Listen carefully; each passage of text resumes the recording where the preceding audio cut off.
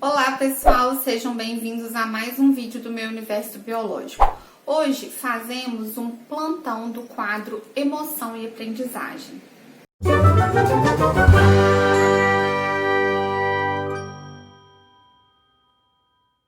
Agora, em janeiro de 2021, a pandemia está pior do que em novembro de 2020. Percebemos a nossa frustração, tanto professores quanto alunos, ao continuarmos no ensino remoto emergencial. Mas também sabemos que precisamos dar um gás, afinal, ainda é a única alternativa segura. A indefinição se a prova do Enem será adiada ou não, além da obrigatoriedade da presença nos locais de aplicação para quem faz a versão impressa da prova, vai colocar mais de 5 milhões de candidatos em circulação. Não tem como não sentir ansiedade mediante esse cenário. Dicas de cuidado, como por exemplo o uso de máscaras, evitar conversar, manter o distanciamento entre os candidatos durante a aplicação da prova, manter as janelas abertas, tomar banho assim que chegar em casa, evitar colocar a caneta preta com o lacre transparente na boca, passar bastante álcool em gel na mão e evitar de colocar a mão nos olhos e na boca e objetos como a caneta na boca durante a realização da prova.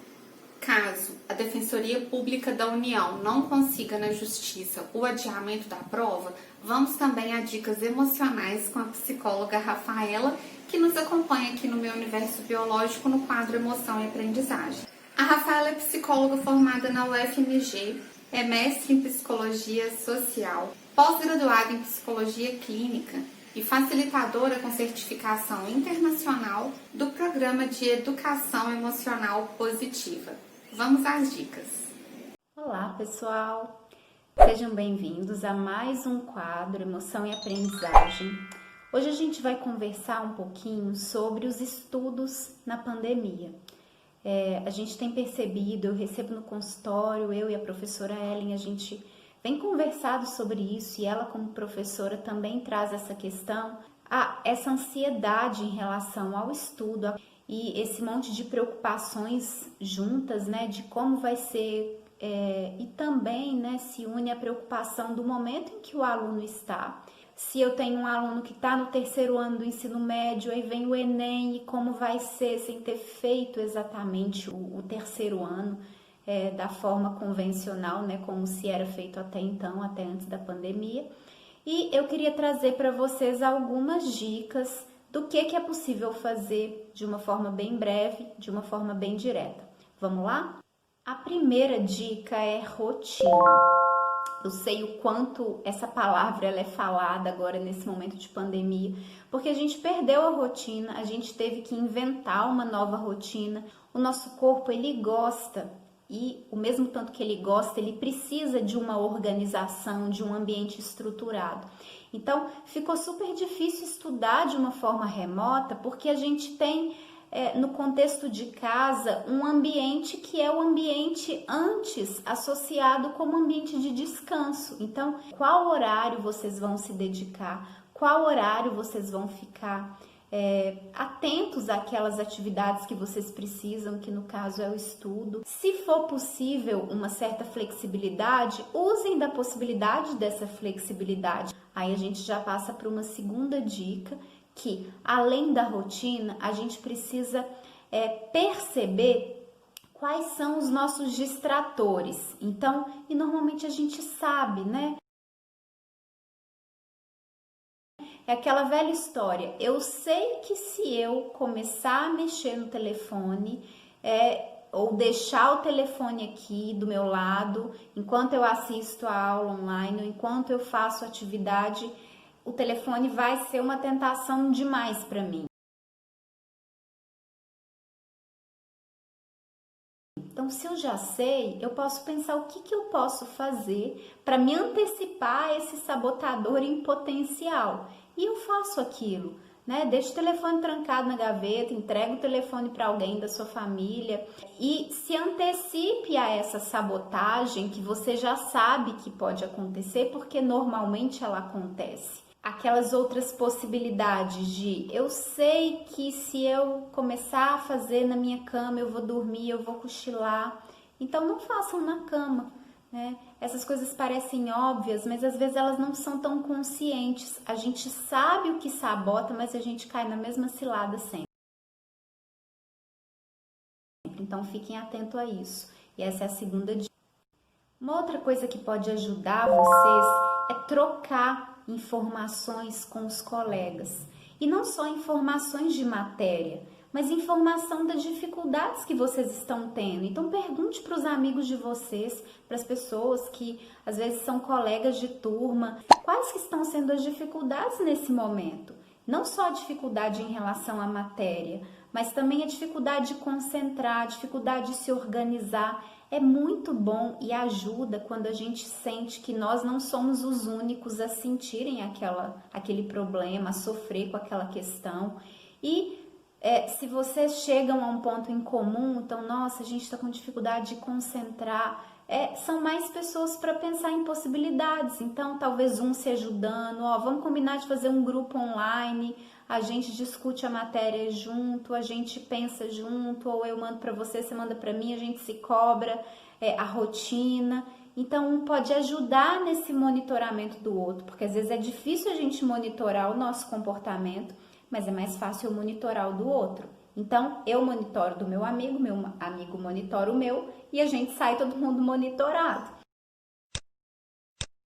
E é uma estratégia que pode funcionar. Então, associem-se aos amigos, mas também como uma troca de amizade, de falar, tirem lá um tempo, vocês vão fazer uma videochamada de 1 hora, por um tempo a gente vai conversar sobre as dificuldades da matéria, sobre as nossas dificuldades em relação ao estudo de uma forma geral, e no outro momento nós vamos falar nada, falar coisa à toa, rir, fazer alguma coisa divertida juntos, mesmo que remotamente, né? Mesmo que online.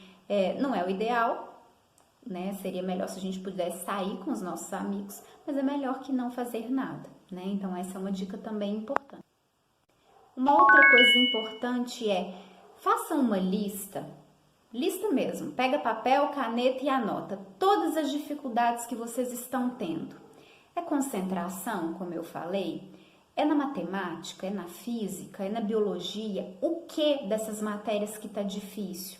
Porque enquanto a gente fica com o problema geral, a gente não enxerga a solução, porque a gente também não está enxergando o problema. E quando eu coloco no papel e faço uma lista, eu tô trazendo esse problema que está ainda muito solto para uma coisa mais palpável que eu enxergo, e aí eu consigo pensar em estratégia para solucionar. E uma das estratégias válida é buscar ajuda. Então, dependendo do que está nessa lista de dificuldades de vocês, avaliem para quem vocês podem pedir ajuda. É concentração? É dificuldade de organizar a rotina? É dificuldade de ter um espaço? É o irmão que entra no quarto toda hora? São os pais que te chamam toda hora? Olhe para o problema para vocês pensarem para quem vocês podem recorrer. E essa pessoa pode ser o professor, pode ser algum representante da escola, mas pode ser também os pais, algum outro parente, um primo que está na idade escolar, um amigo, nós aqui do canal, um psicólogo. Então, observem, fiquem atentos e cuidem do sono e da alimentação de vocês.